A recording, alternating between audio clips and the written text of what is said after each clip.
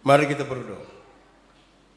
Kami mohon kepadamu Tuhan Allah, arahkanlah hati dan pikiran kami pada pemberitaan firman saat ini. Dalam perayaan Natal ini kami rindu supaya sungguh-sungguh kami dilawat oleh kebenaran firman Tuhan. Harus ada sesuatu yang kami bawa pulang. Harus ada sesuatu yang merubah kami malam hari ini. Karena kami percaya Tuhan bekerja buat kami semua hari ini. Dijauhkanlah semua penggoda pencoba, supaya dalam damai sejahtera-Mu kami belajar firman Tuhan. Kami rindu pada firman. Berfirmanlah bagi kami Tuhan. Dalam nama Yesus firman yang hidup itu kami berdoa. Amin. Mari silakan duduk semua. Bapak Ibu Saudara yang dikasihi dalam Tuhan Yesus, sukacita kita malam hari ini, bagian pembacaan firman Tuhan yang disampaikan buat saya, buat kita semua, dalam tema yang akan kita pakai selama 1 tahun ke depan, Connecting with Christ. Bahan yang diberikan terambil dari surat pertama Yohanes pasal 2 ayat 7 sampai ayat yang ke-17. Pertama Yohanes pasal 2 ayat 7 sampai ayat yang ke-17. Perintah yang baru. Saudara-saudara yang kekasih, bukan perintah baru yang kutuliskan kepada kamu, melainkan perintah lama yang telah ada padamu dari mulanya.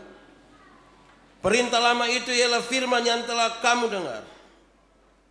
Namun perintah baru juga yang kutuliskan kepada kamu telah ternyata benar di dalam Dia dan di dalam kamu, sebab kegelapan sedang lenyap dan terang yang benar telah bercahaya. Barang siapa berkata bahwa ia berada dalam terang tetapi ia membenci saudaranya, ia berada di dalam kegelapan sampai sekarang. Barang siapa mengasihi saudaranya, ia tetap berada dalam terang, dan di dalam dia tidak ada penyesatan. Tetapi barang siapa membenci saudaranya, ia berada di dalam kegelapan dan hidup di dalam kegelapan.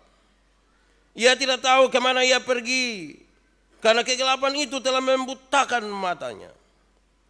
Aku menulis kepada kamu, hai anak-anak, sebab dosamu telah diampuni oleh karena namanya. Aku menulis kepada kamu, hai bapak-bapak, karena kamu telah mengenal Dia yang ada dari mulanya. Aku menulis kepada kamu, hai orang-orang muda, karena kamu telah mengalahkan yang jahat. Aku menulis kepada kamu, hai anak-anak, karena kamu mengenal Bapa. Aku menulis kepada kamu, hai bapak-bapak, karena kamu mengenal Dia, Dia yang ada dari mulanya. Aku menulis kepada kamu, hai orang-orang muda, karena kamu kuat, dan firman Allah diam di dalam kamu, dan kamu telah mengalahkan yang jahat. Janganlah kamu mengasihi dunia dan apa yang ada di dalamnya. Jikalau orang mengasihi dunia, maka kasih akan Bapa tidak ada di dalam orang itu. Sebab semua yang ada di dalam dunia, yaitu keinginan daging dan keinginan mata serta keangkuhan hidup, bukanlah berasal dari Bapa, melainkan dari dunia. Dan dunia ini sedang lenyap dengan keinginannya, tetapi orang yang melakukan kehendak Allah tetap hidup selama-lamanya. Demikian firman Tuhan. Berbahagia setiap orang yang mendengar firman, memelihara dan melakukan dalam hidup setiap hari. Shalom. Kurang optimis. Shalom. Kita ikuti video singkat. Ini hidup hari-hari kita.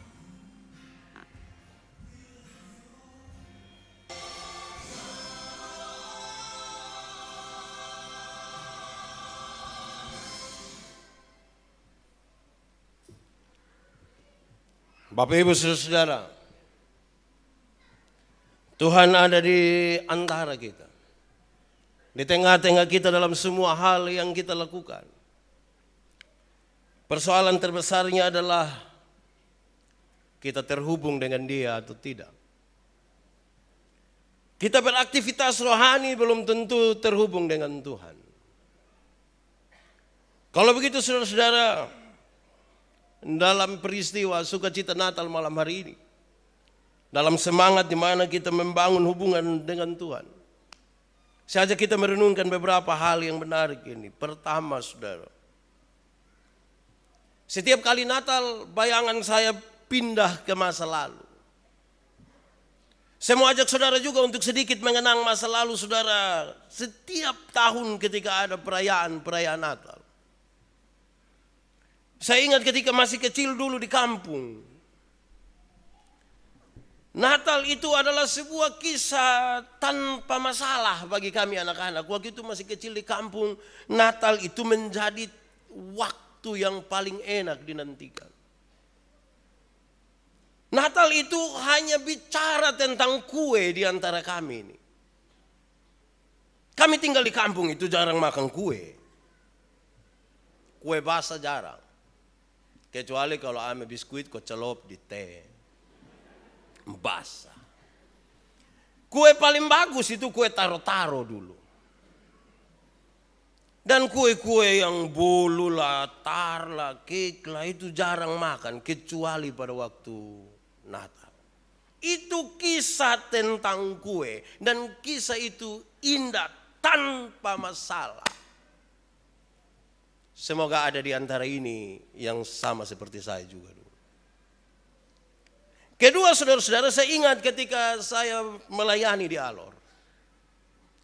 Tahun 2002 adalah tahun pertama di mana saya Natal pertama jauh dari keluarga. Dulu itu kan sepanjang Natal itu dengan keluarga. Berjalan kira-kira 24 tahun. Di tahun ke-25 oleh karena tugas, oleh karena pelayanan, saya harus ada di satu tempat kecil tanpa listrik. Air mata jatuh waktu itu, tiba-tiba keluarga menjadi penting bagi saya. Tiba-tiba keluarga jadi penting. Sore-sore ketika siap diri mau turun ke pelayanan, jalan kira-kira 1,5 kilo dari tempat saya tidur. Angkat muka lihat ini matahari mulai terbenam tuh, air mata perlahan-lahan jatuh. Mulai ingat kalau dulu di kampung peristiwa mau Natal mama buat apa, bapak buat apa. Mulai ada rasa keluarga penting. Perlahan-lahan mulai sedikit menyesal kenapa waktu dulu itu pikiran saya hanya ada di kue dan lupa pada keluarga. Ada yang mulai ingat anak mantu kok. Pindah lagi ketiga. Natal kira-kira tahun 2009. Itu Natal kelabu sekali. Kenapa? 1 bulan sebelum Natal itu, saya punya kakak kandung ditabrak mati oleh tetangga. 1 bulan berikutnya dari bulan November itu masuk ke bulan Desember, itu Natal tanpa orang yang kami kasihi sekali. Saudara bisa bayangkan ketika mama menangis setiap waktu ketika mulai kami kumpul dan ingin berdoa. Natal tidak indah itu. Sepertinya belum terlalu lama kami tinggal dengan dia. Dia baru usia 39 tahun waktu itu dan tiba-tiba mati. Kok sepertinya tidak selesai. Yang terakhir saudara, Natal kira-kira 3 tahun yang lalu. Natal tahun 2015 itu.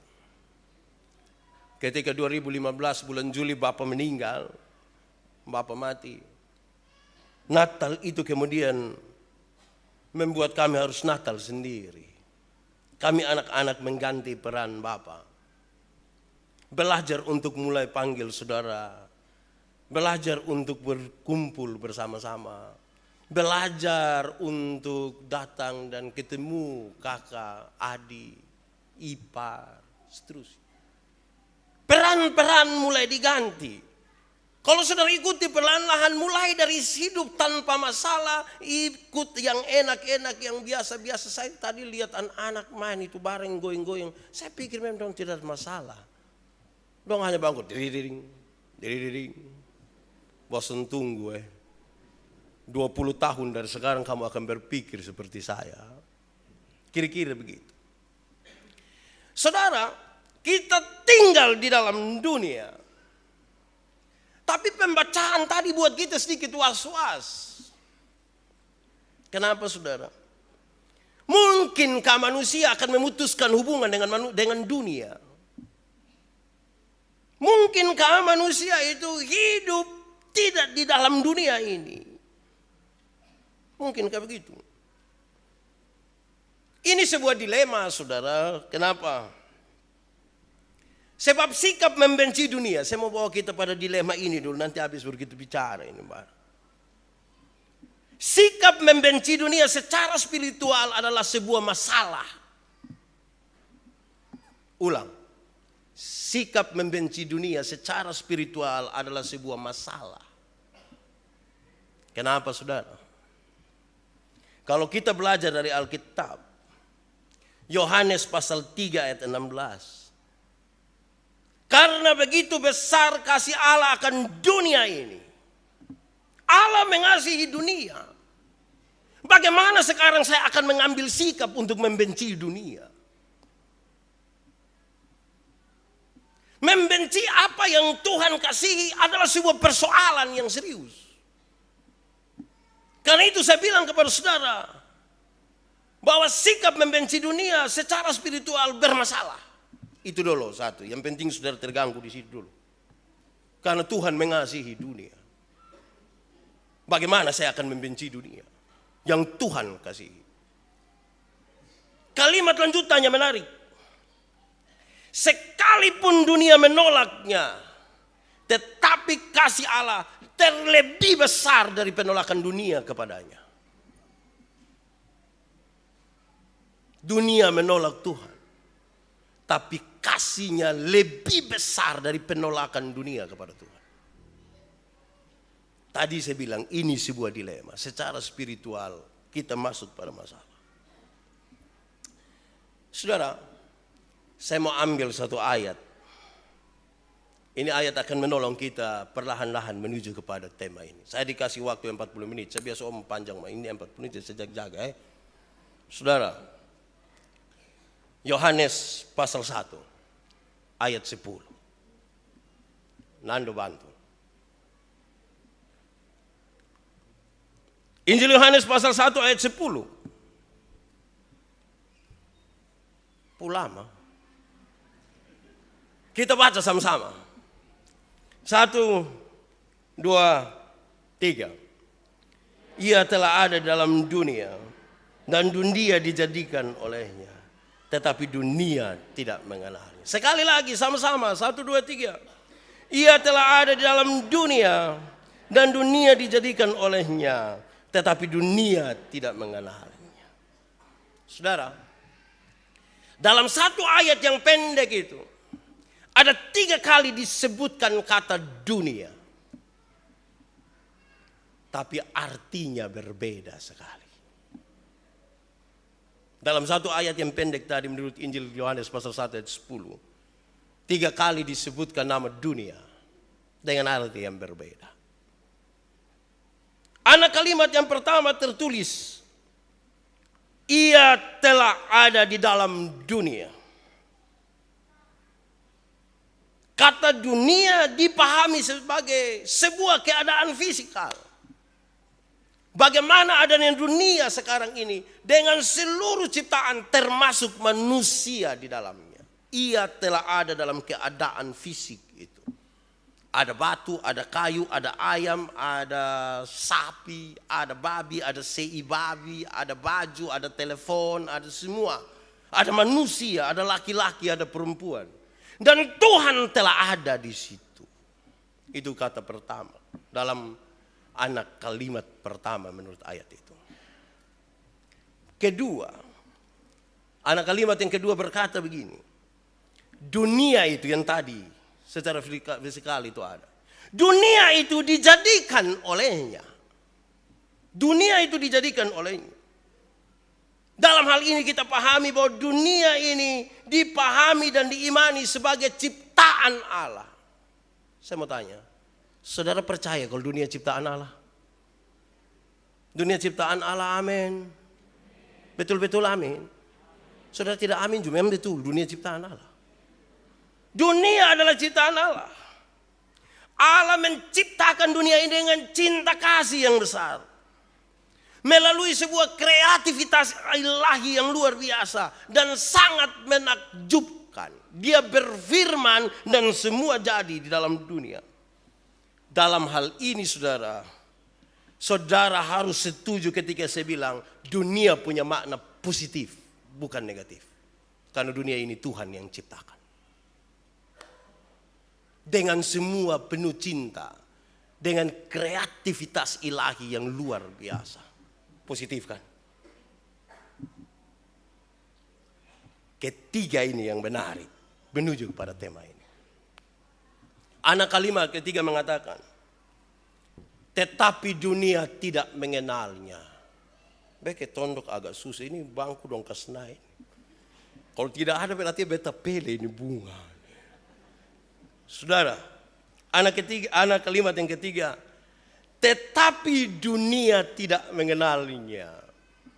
Saudara-saudara, makna ketiga ini muncul secara negatif tadi. Dunia yang sebagus-bagus tadi, yang merupakan ciptaan Allah yang luar biasa. Dalam anak kalimat yang ketiga ini muncullah secara negatif pengertiannya. Dunia di sini digambarkan sebagai sebuah perlawanan, sebuah penolakan terhadap kasih Allah yang besar kepada manusia. Dunia ini menolak Tuhan. Dunia yang seharusnya bermakna positif, karena dunia itu diciptakan oleh Tuhan, justru karena dosa, kini dunia tidak mengenal dan tidak menerima Dia yang hadir di dalam Kristus Yesus. Saudara-saudara, kalau kita belajar dari tema ini, pembacaan tadi, ayat ke-15 sampai ayat yang ke-17 kemudian menggambarkan, melanjutkan poin yang ketiga itu. Ayat yang ke-13 sampai yang ke-15 kemudian memberi gambaran ringan. Inilah dosa yang khas di dunia. Inilah dosa-dosa yang khas di dunia. Satu, keinginan daging. Roh penurut, tapi keinginan daging terlalu kuat. Roh penurut, pertama masih roh, kedua, ketiga mulai daging. Kedua saudara, setelah keinginan daging dia masuk yang kedua, keinginan mata. Memang don tulis iman mana ketika ada mangga bagus di situ, tapi orang punya don tulis mata melihat, hati kepingin, tapi tangan jangan raba. Gitu. Itu orang don pun tulisan itu kebikin jengkel. Mata melihat, hati kepingin, tangan jangan. Itu persis sama kayak waktu kita Filipo. Lihat semua kesuka. Betul? Mau ambil? Omong. Mau. Tapi tangan ke barat pi dalam Tangan masuk tuh ke mata berputar-putar 2-3 kali. Raba apa ini? Keinginan mata. Woi mata ini, bottom pu mata ini tahan susah. Barang bagus itu kalau dia lewat itu bottom. Nona cantik itu kalau lewat kita akan. Laki-laki dan perempuan itu pernah saya bilang bedanya tuh di mata. Laki-laki itu kan melihat pakai mata, tapi perempuan melihat dengan cara yang berbeda. Laki-laki melihat perempuan, tapi perempuan melihat perempuan toh. Bukan beda, bukan belok itu. Maksudnya jelas. Laki-laki itu kalau dia duduk begini, perempuan cantik masuk serempak dong langsung bilang. Tapi kalau istri di sebelah dan itu akan jadi masalah, kepala tetap, mata sayang itu. Kira-kira.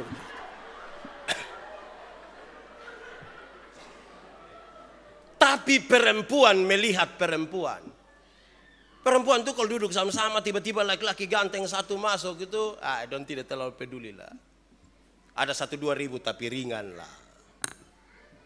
Tapi jangan coba-coba kalau yang masuk itu perempuan. Baju pendek, tas besar, sepatu tinggi. Coba lihat dompu siku dan bibir. Menarik. Pasti begini. Kira-kira begitu. Itu kira-kira begitu. Memang mata ini bahaya. Kadang-kadang jadi 3. 1, 2. Itu bahaya. Di sini juga ada. Banyak. Keinginan mata. Tapi yang ketiga saudara, 3 ayat itu menggambarkan bagian yang ketiga. Keinginan daging, keinginan mata, dan kebanggaan kehidupan yang kosong. Kebanggaan dalam sebuah kehidupan yang kosong. Kehidupan tanpa konsekuensi pada masa depan bersama Kristus di sorga. Semua dia punya. Semua kita miliki.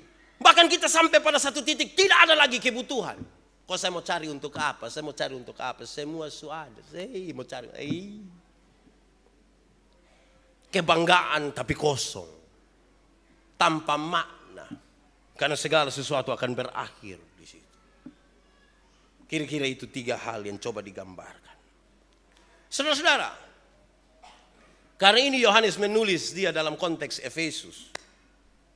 Maka saya ingin mengatakan beberapa catatan awal sebelum kita lebih jauh ke sini. Saudara, ini di Efesus ini ketika mereka sudah ada pada generasi kedua.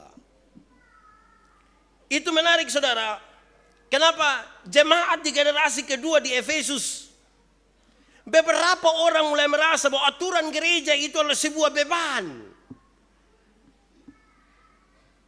Aturan bergereja itu adalah sebuah beban. Sehingga mereka tidak mau hidup sebagai orang-orang yang Tuhan panggil dan dikuduskan. Mereka tidak mau hidup sebagai manusia baru. Karena bagi mereka sudahlah dunia, kalau kita masih tinggal dalam dunia toh. Roh memang penurut tapi daging. Kalau ada bicara tentang kekudusan, dunia dipakai sebagai tameng di situ. Kira-kira begitu. Saudara, jemaat-jemaat yang ada pada waktu itu sebenarnya mereka tidak sementara ada dalam sebuah penganiayaan jemaat. Tidak ada. Mereka tidak ada dalam penganiayaan jemaat.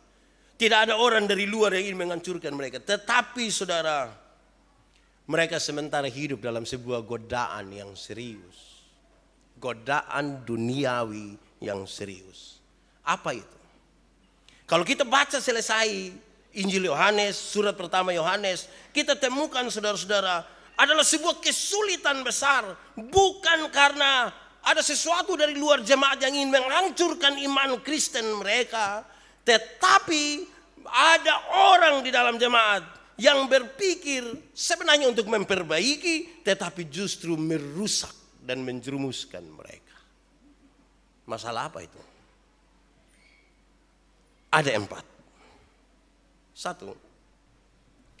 Ada sebuah filsafat kontemporer. Saudara-saudara, pemikiran gnostik kemudian mengatakan begini. Yang baik itu hanya roh saja. Roh saja yang baik. Sementara materi, semua yang menyangkut materi, itu berpotensi buruk. Mengandung keburukan. Jadi tubuh dunia ini dianggap sebagai sesuatu yang buruk. Sehingga mereka berusaha begitu rupa untuk membebaskan roh ini dari tubuh. Karena tubuh buruk, yang baik hanya roh.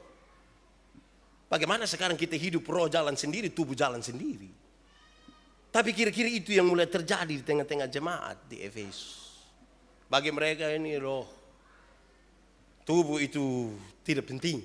Karena tubuh pasti berpotensi buruk. Kedua, di Efesus muncul banyak sekali guru-guru palsu. Guru-guru yang mengajar tapi dalam kepalsuan mereka. Ketiga, ada penolakan terhadap kemesiasannya Yesus. Mereka menolak, ini bukan Mesias yang kami tunggu. Karena itu saudara, yang keempat, penolakan terhadap inkarnasi. Tidak mungkin kalau Allah itu berinkarnasi, masuk di dalam manusia, di dalam Yesus. Kemudian saudara, orang-orang yang ada kira-kira di empat hal ini, mereka semua disebut sebagai orang yang tidak mengenal Allah. Saudara-saudara, mari kita masuk kepada tema. Sebelum masuk kepada tema, saya mau kasih tahu saudara, ada satu waktu kami ada dan bercerita dalam sebuah pendampingan terhadap satu dua orang. Kami bicara tentang lagu. Kami menyanyi lagu, saya lupa lagu apa, tapi lagu dunia. Mungkin kisah kasih di sekolah mungkin. Atau apa ya. Terus ada mam tua satu, dia tidak setuju. Saya bilang, mama kok kenapa? Mam tua bilang, papa itu jasmania papa. Itu dunia punya. Saya bilang, oh betul ya mama. Saya mau kasih tahu mama, besok pagi mama jam makan lah ya.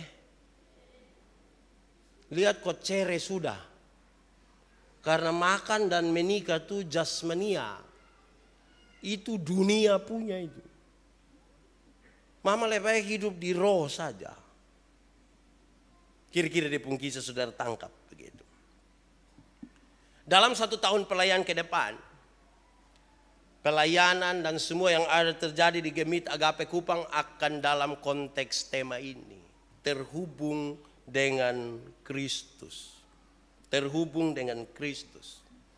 Saya catat 4 hal untuk kita renungkan sebagai bekal, sebagai bahan yang baik. Menurut pemberitaan firman ini, kita percaya bahwa Tuhan berkata-kata bagi saya dan saudara untuk 1 tahun pakai ini. Terhubung dengan Tuhan. 1. Nasihat untuk membenci dunia. Nasihat untuk membenci dunia seperti yang tertulis. Itu di ayat 15-17. Adalah sebuah nasihat yang kira-kira begini. Tidak hidup seperti orang-orang yang tidak mengenal Allah. Kalau ternyata kita masih hidup seperti orang-orang yang tidak mengenal Allah, itu kita tidak terhubung dengan Kristus.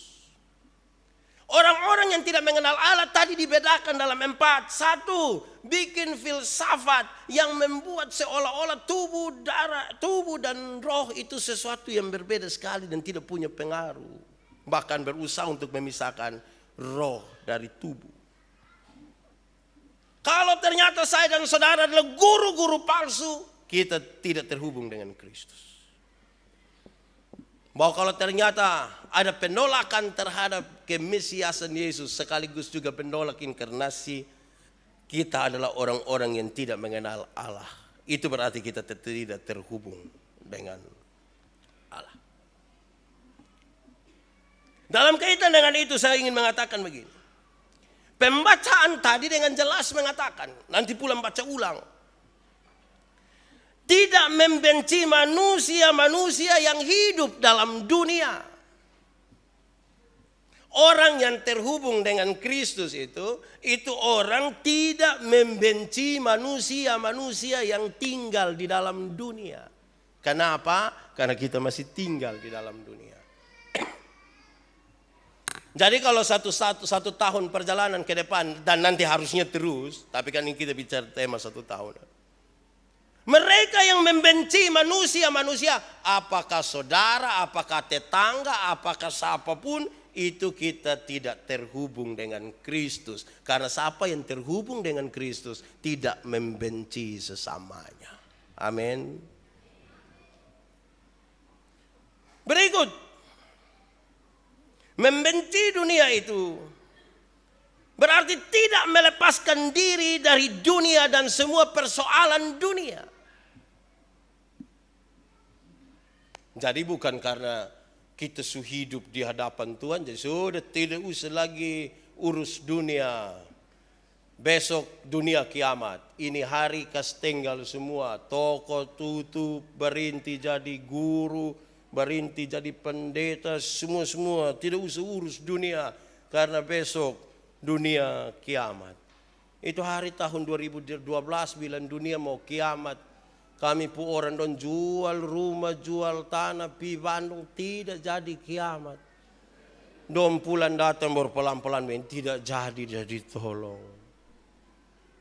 Jadi membenci dunia itu bukan berarti kemudian kita melepaskan diri dari persoalan-persoalan dunia.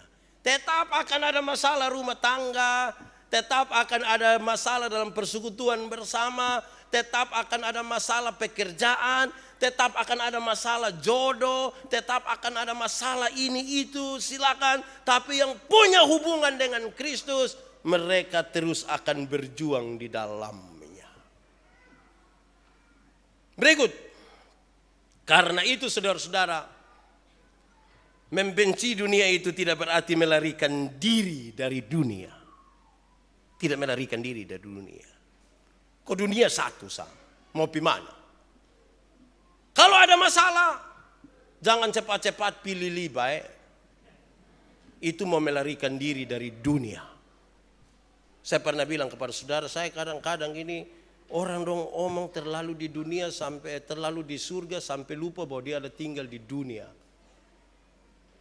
Kadang-kadang kita merasa kita datu bulat-bulat dari surga dan lupa bahwa kita ada tinggal di tengah-tengah dunia. Itu bagian pertama. Kedua saudara, gagasan mengenai mengasihi dunia haruslah dipahami dalam ungkapan begini. Tinggal di dalam dunia, tapi tidak dari dunia. Kita tinggal dalam dunia, tapi bukan dari dunia.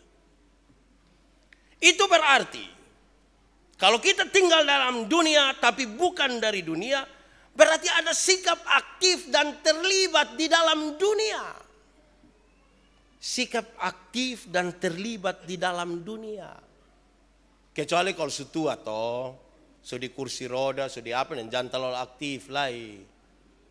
Itu hari waktu umur Kung Farius umur 94, beta khotbah, beta bilang Kung, pikir yang penting-penting, lakukan yang pas-pas sudah Kung Saya kira Kung tidak usah ikut pramuka lagi. Kung tidak usah ikut camping lah Kung tidak usah lagi. Tapi kalau kita masih kuat-kuat, anak-anak, bapak-bapak, orang muda, aktif dan terlibatlah dalam kegiatan dunia. Ini satu-satunya cara untuk mendapatkan berkat itu, Alkitab mengisahkan hanya ada satu cara untuk mendapatkan berkat, yaitu kerja. Tidak ada cara lain. Karena itu harus aktif di situ. Aktif dalam bekerja, tapi aktif juga bersama dengan Tuhan. Jadi kalau kita dalam dunia kemudian memilih sikap untuk tidak aktif dan terlibat di dalam dunia, sebenarnya kita tidak punya hubungan dengan Tuhan. Kita tidak terhubung dengan Tuhan. Jadi tetap hidup normal sebagai orang tinggal dalam dunia. Tetap sekolah, tetap bekerja, dan seterusnya. Karena itu saudara-saudara, haruslah ada sikap hati-hati. Kita terlibat dalam dunia, aktif di dalam dunia. Tetapi harus ada sikap hati-hati kepada dunia yang menolak Tuhan. Harus ada sikap hati-hati terhadap dunia yang menolak Tuhan. Kenapa? Tadi saya kira drama-drama menolong kita, bahkan video tadi menolong kita untuk paham bahwa kita tergoda untuk terjerumus dalam dunia yang menolak Tuhan. Baru beda pendapat sedikit persetan, saya keluar dari ini apa? Saya keluar. Kita lagi bermasalah di situ. Hati-hati kepada dunia yang melakukan perlawanan terhadap Allah. Silakan aktif di tengah-tengah dunia, dalam pelayanan, dalam semua, tapi hati-hati dengan dunia yang menolak Allah. Karena itu saudara, gagasan mengenai mengasihi dunia haruslah bukan sekedar sebuah penghakiman terhadap dunia. Bukan sekedar sebuah penghakiman terhadap dunia. Tetapi sekaligus juga adalah sebuah identitas Kristiani dalam relasi di dalam dunia dan dengan Tuhan. Ulangi. Karena itu saudara, saya ingin mengatakan bahwa jangan-jangan kita hanya sekedar menghakimi dunia. Ini salah, ini salah, ini salah, ini salah, ini salah. Tapi tanpa identitas Kristiani dalam relasi kita dengan Tuhan dan sesama. Itu kita tidak connect dengan Tuhan. Itu ibarat kita di kampung dulu, saya pun orang satu dapat hadiah kulkas dari dia pun saudara don di kota. Mungkin pas Natal dari dong ganti kulkas baru. Kasih dia bawa ke kampung, tapi kami di kampung kan tidak ada listrik. Mau taruh es. Karena tidak bisa, terakhir sudah dia ambil pakaian separuh taruh di bawah. Karena tidak connect di listrik. Akhirnya bikin aneh-aneh. Masa kulkas taruh pakaian itu memang terlalu. Mau bikin apa? Pakaian panas. Jadi mau kasih dingin pakaian. Kalau begitu, jangan sekedar hanya memberi penghakiman terhadap dunia. Tapi identitas Kristiani harus dilaksanakan di situ. Sebagai tanda relasi dengan Tuhan. Hubungan dengan Tuhan dan hubungan dengan sesama. Kadang-kadang kami pendeta hadir sebagai gereja yang hanya sekedar menghakimi dan bukan memberi jalan keluar. Kadang-kadang kita terlalu cepat menghakimi orang lain tanpa membangun sebuah identitas Kristiani. Jadi kalau 1 tahun ke depan kita hanya sekedar bisa menghakimi, kita persis kulkas tadi. Dapat dari Kupang tapi taruh di Menela Petu, belum ada listrik. Mau taruh apa di situ? Saudara, ketiga, ada jalan keluar. Teks tadi menjelaskan dengan baik, ada jalan keluar supaya tetap ada dalam sebuah keadaan terhubung dengan Kristus. Saya coba periksa teks itu dengan baik, saudara. Ternyata ada pengampunan di dalam Kristus Yesus. Amin. Pengampunan itu yang membuat kita terhubung dengan Tuhan terus menerus. Tapi catatan tambahannya ada. Catatan tambahannya ada. Kalau engkau ingin diampuni, ampuni orang lain juga lah. Kau hati jangan terlalu keras juga. Lembutkan sedikit itu hati. Ini besi yang begitu keras, jo air tetes pelan-pelan. Noe juga. Apalagi botompu hati yang sulever separuh itu. Kasih lembut sedikit lah. Supaya bisa. Ini kan ada jalan keluar di dalam Tuhan. Karena di dalam dia itu ada pengampunan. Kalau dia mengampuni kita, selayaknya kita juga mengampuni. Amin. Ada orang yang kita tidak suka. Dia ada duduk di sini. Coba lihat dia. Atau coba bangun jalan menuju dia sekarang. Kami akan foto saudara. Kasih hati yang sedikit. Jalan keluar ada di situ. Yesus menebus saya dan saudara. Karena itu dia datang ke tengah-tengah dunia. Perjalanan 1 tahun ke depan dan seterusnya haruslah sebuah perjalanan dalam pengampunan. Itu tanda terhubung dengan Tuhan. Masalah terus ada kan kita tinggal dalam dunia. Tapi pengampunan terus menerus harus dijalankan. Kedua, haruslah ada sebuah pertumbuhan dalam pengenalan akan Tuhan Allah. Pertumbuhan dalam pengenalan akan Tuhan Allah. Mengenal Tuhan itu bukan sekedar bercerita tentang karya-karyanya. Tapi bertahan hidup dalam perjalanan dengannya. Saya suka bilang di mana-mana, saudara mungkin bosan mendengar ini, tapi saya ingin bilang kepada saudara, kedewasaan itu ada 3 kalau kita omong pertumbuhan. Kedewasaan itu ada 3. Pertama itu dewasa biologis. Dewasa biologis itu yang itu hari kita pun berat badan hanya 37 dan sekarang 73. Itu jatuh. Itu dewasa biologis. Itu hari pakai celana nomor 27 tidak ada masalah karena perut rata saja.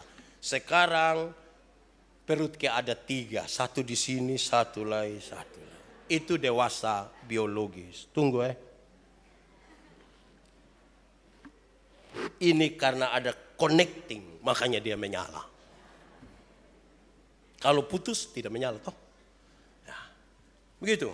Kedua, dewasa psikologi. Ini bertumbuh ini. Orang dewasa psikologi tidak tergantung umur dan berat badan. Umur 40 tahun mau tukang tersinggung. Sedikit-sedikit tersinggung. Sedikit-sedikit tersinggung. Sedikit-sedikit tersinggung. Tersinggung kok sedikit-sedikit. Orang baru lihat diri, lu lihat tetap. Itu hanya badan saya yang besar. Sesungguhnya dia belum bertumbuh. Karena itu kalau dia mulai tersinggung dia orang banyak, orang bakorbis. Ketiga, dewasa iman. Ini contoh saudara yang selalu ingat dan saya mau kasih ingat ulang. Dewasa iman itu kira-kira ada anak umur 3 tahun, ada meja berat 10 kilo. Anak umur 3 tahun bisa pikul meja 10 kilo, bisa. Ketika dia umur 20 tahun dia sudah bisa pikul meja yang 10 kilo, bisa. Yang berubah meja atau itu anak. Itu dewasa iman. Dewasa iman tidak meminta beban menjadi ringan. Dewasa iman meminta bahu yang tambah kuat. Dewasa iman tidak meminta masalah yang menjadi turun. Tapi bahu yang angkat naik. Saudara punya masalah, tidak usah omong. Saya lihat saudara masalah semua. Dewasa iman tidak meminta bahu yang meminta beban menjadi ringan, tapi meminta. Dewasa iman itu tidak meminta orang lain yang berubah, tapi siapa yang berubah? Diri sendiri yang berubah. Kita ini kalau batas ibu suruh orang lain berubah, tapi tidak mau batas ibu untuk rubah diri sendiri. Belum dewasa di situ. Ketiga, di dalam Yesus itu ada karunia untuk menolak godaan. Kita ini tiap-tiap hari tergoda. Kalau kita sehat itu tiap-tiap hari tergoda. Minimal tergoda seibabi lah. Ya, pokoknya tadi keinginan daging, keinginan mata dengan itu. Tiap-tiap hari itu. Nah, karena itu bersama Yesus itu ada karunia. Untuk paling tidak menangkal sedikit begitu. Kan kita tinggal di dalam dunia. Saudara, saya harus mengakhiri 5 menit toh. Saya akhiri. Keempat, maknanya sekarang. Maknanya. Saudara,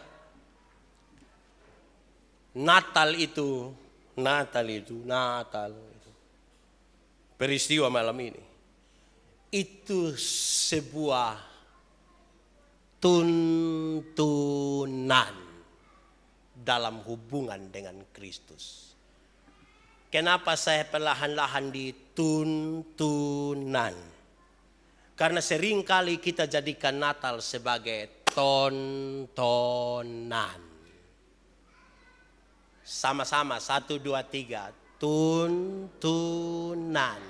Bukan tontonan. Banyak kali kita pergi menonton Natal tanpa koneksi dengan Tuhan. Natal peristiwa tuntunan, bukan tontonan. Malaikat yang menyanyi di padang belantara itu secara material dia enak untuk ditonton.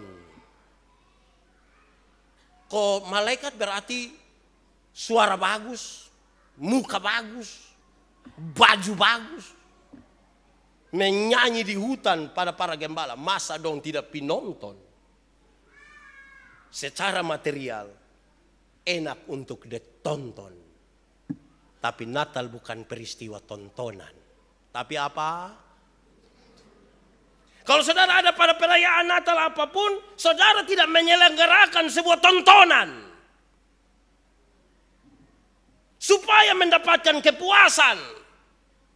Tapi harus sebuah tuntunan kepada Kristus. Karena kita lagi bicara tentang connecting with Christ. Ini malam saya om bahasa Inggris ngeri. Saya hafal lama. Saudara kurang yakin saya ini. Dulu saya agak kemajuan sedikit. Dulu orang tanya, orang bilang thank you. Saya bilang, iya, thank you, maafkan apa. Sekarang ini saya sudah bisa bilang connecting with Christ. Why? Itu lidah tagae tapi sudahlah. Apapun yang saudara buat, saudara haruslah menjadi tuntunan. Ini bisa direnungkan, saudara bisa renungkan. Dan sampai kita hanya bikin sebuah peristiwa tontonan dan bukan tuntunan. Saudara-saudara, bintang yang membawa para majus secara material enak untuk ditonton. Wih, bintang. Tadi malam Pak ada lihat kok tidak? Tidak. Wih, itu bintang enak untuk ditonton. Tapi sekali lagi, Natal bukan sama-sama tontonan. Tapi apa? Tuntunan. 1 tahun ke depan kita akan bicara bukan soal tontonan, tapi tuntunan. Kedua, pembacaan tadi memberi pesan baik bagi kita. Kasih memungkinkan kita untuk membuat sebuah kemajuan dalam kehidupan spiritual. Kasih memungkinkan kita membuat kemajuan dalam sebuah kehidupan spiritual.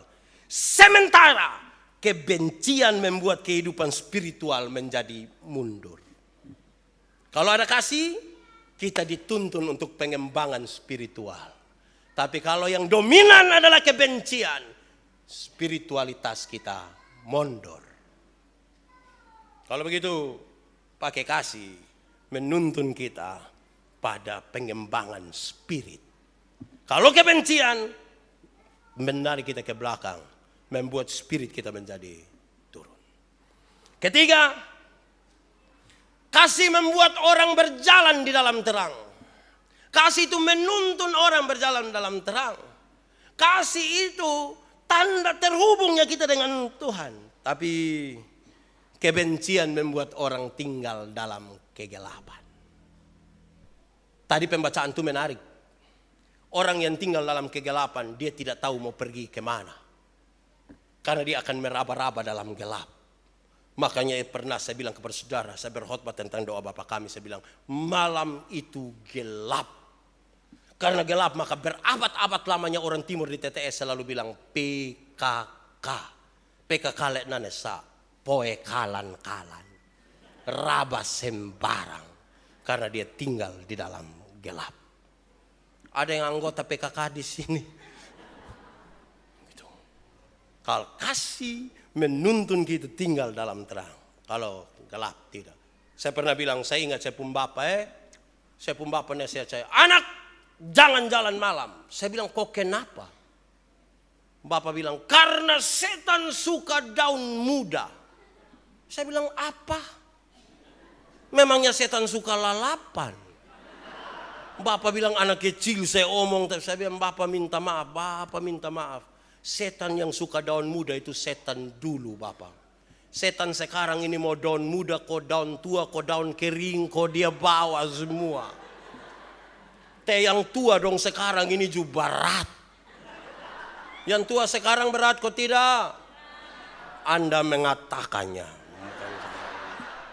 Karena itu kasih menuntun kita situ.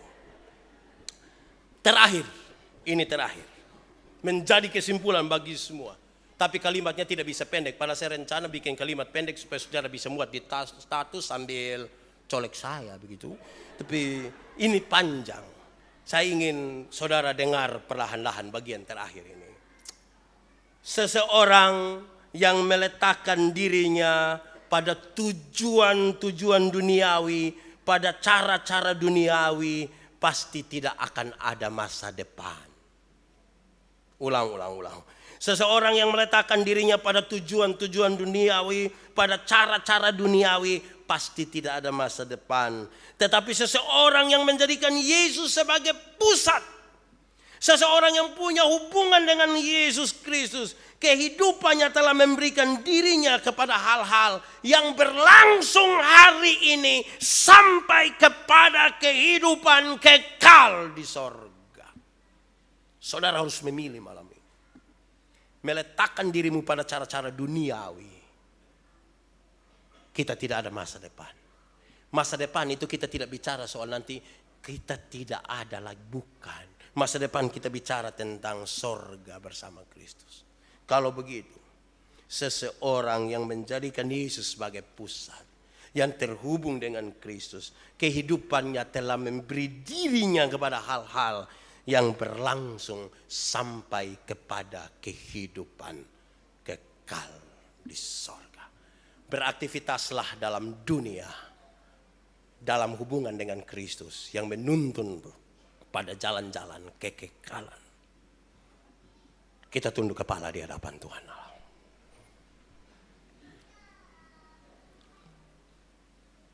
Mari kita berdoa.